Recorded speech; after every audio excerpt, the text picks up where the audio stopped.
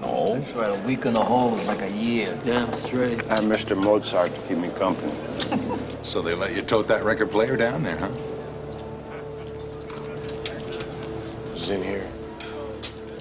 In here. That's the beauty of music. They can't get that from you. Haven't you ever felt that way about music? I played a mean harmonica as a younger man. Lost interest in it, though. Didn't make much sense in here. Here's where it makes the most sense. You need it so you don't forget. Forget. Forget that there are places in the world that aren't made out of stone, that there's something inside that they can't get to, that they can't touch. It's yours. What are you talking about? It is the world that has been pulled over your eyes to blind you from the truth. What truth? That you are a slave, Neo. Like everyone else, you were born into bondage, born into a prison that you cannot smell or taste or touch. A prison for your mind.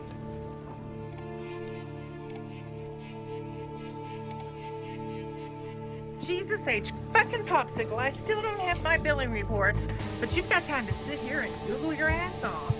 Well, I know one thing. You've got your review coming up next week, and I can't wait to start checking me off some big fucking boxes. Attitude, poor. Performance, poor. Management skills, poor. Works well with others. Ha! That's a fucking joke. What is this bullshit? Who's this prick? Some loser gets his head blown off in the Metropole. Shut the fuck up!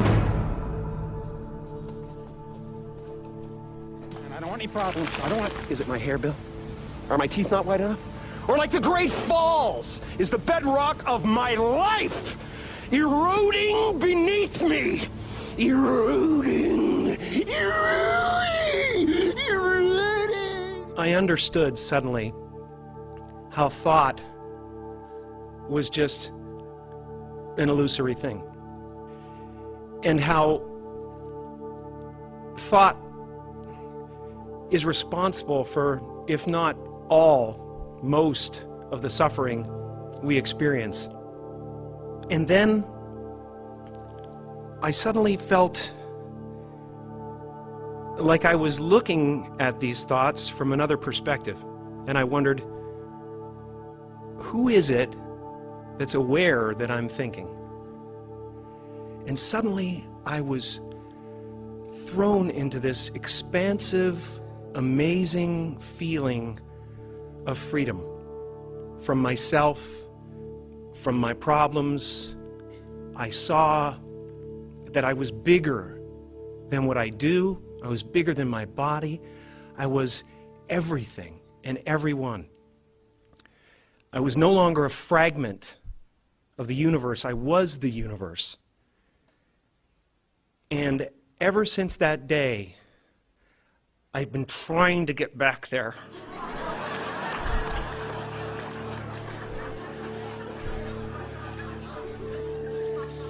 And this last image is probably, for me, the most important.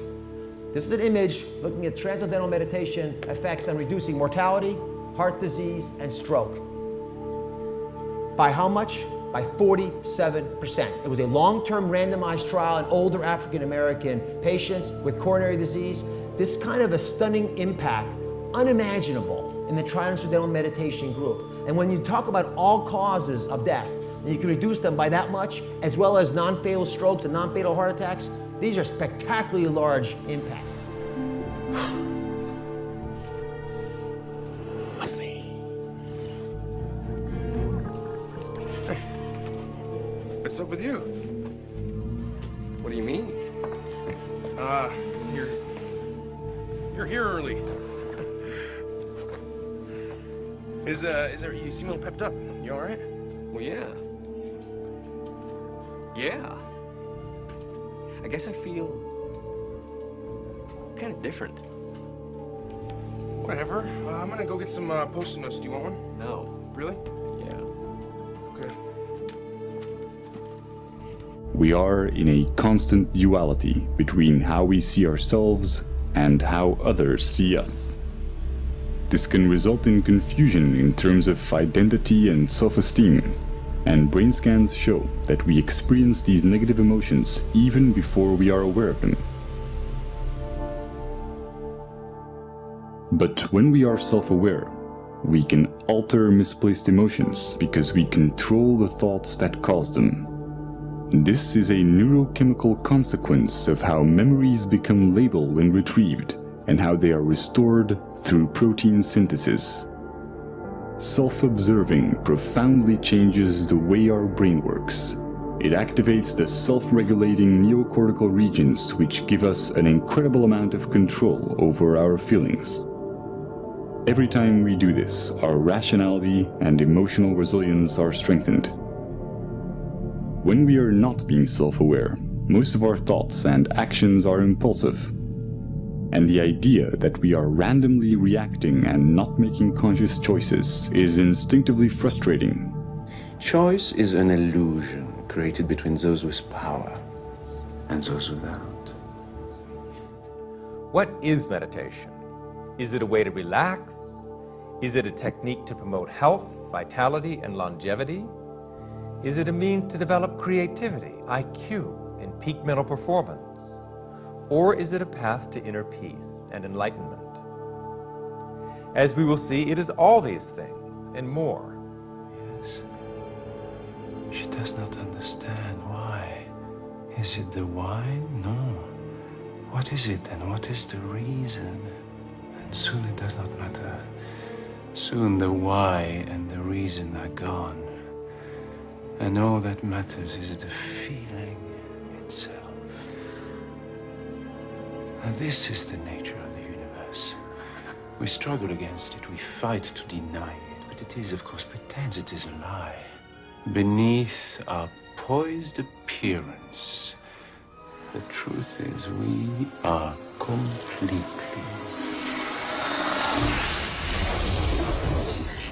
out of control. If you have a golf ball-sized consciousness, when you read a book, you'll have a golf ball-sized understanding.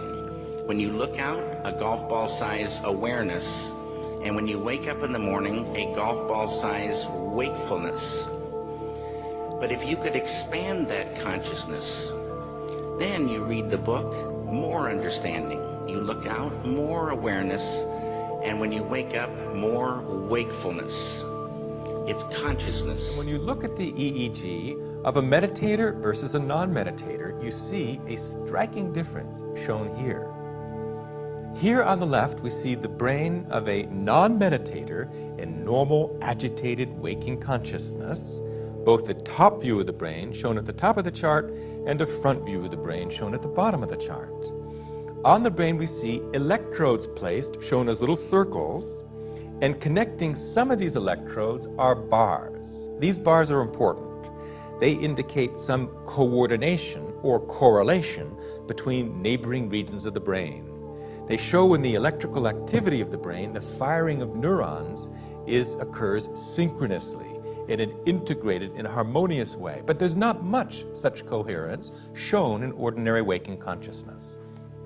Instead, on the right, we see the same subject 3 months later during his practice of the Transcendental Meditation program. And what we see is that the brain is now entirely coherent.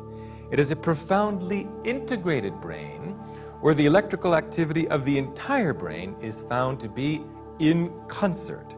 I couldn't stay messy on it. I hadn't had a cigarette in 6 hours, hadn't eaten. So, abstemious and tidy? What was this? A drug for people who wanted to be more anal retentive? I wasn't high, wasn't wired, just clear. I knew what I needed to do and how to do it.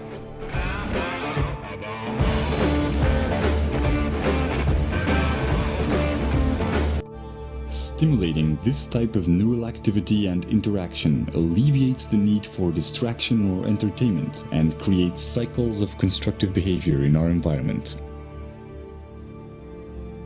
The psychological consequences of this as an objective belief system allow self-awareness without attachment to the imagined self, causing dramatic increases in mental clarity, social conscience, self-regulation, and what's often described as being in the moment.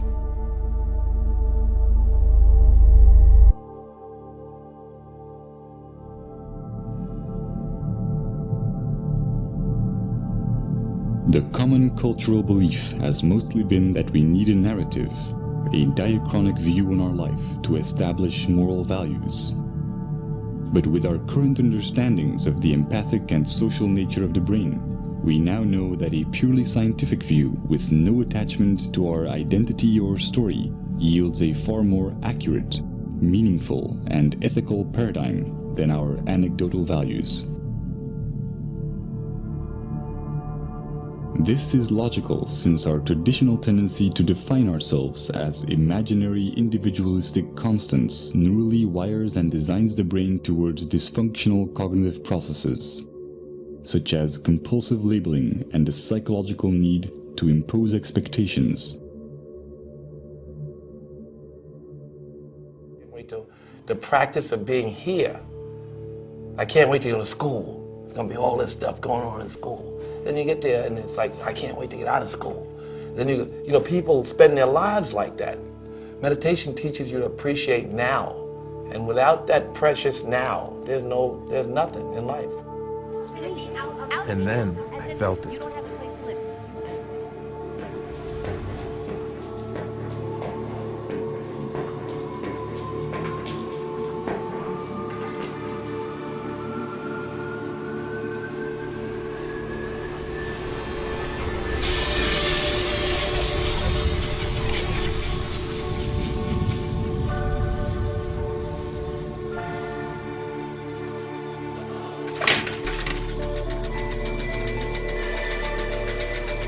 I was blind, but now I see.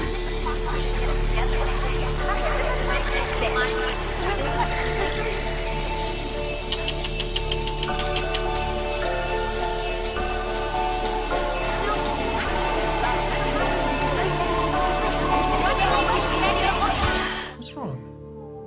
What? You don't like me, and I don't blame you. You see a self-defeating, energy-sucking piece of shit who's sponging off your husband. You're wishing I'd blow my brains out, but my existence shouldn't make you this upset. What is it? That's none of your business. Something wrong in law school? How do you know I'm in law school? People who aren't usually don't carry around dry, academically constipated books about a dead Supreme Court justice. You're a creep, aren't you? You've been following me. No, I just noticed the book. You just saw the corner of it. How did you know that? I'd seen it before, 12 years ago in college. Sitting on the couch of a TA I was trying to make, waiting for her to come back out of the bathroom, hoping she'd have a condom. Somehow my unconscious had served that up. A memory I'd never even recorded, or was it there the whole time? All I needed was the access. If you're writing a paper, that's not the book I'd use. Who asked you? Hastings has his oral history. I'd start there. Interesting point. Grammatically, this guy was an idiot, which sort of gives credence to the theory that one of the clerks he had fired actually wrote most of this guy's major opinions. You could Google the clerk's sons. They'd love to talk to you, exonerate their dad. That'd give you something that no one else has. Information from the Odd Museum show, a half-read article, some PBS documentary. It was all bubbling up in my frontal lobes, mixing itself together into a sparkling cocktail of useful information. And to crawl to freedom through 500 yards of shit-smelling foulness I can't even imagine. Or maybe I just don't want to.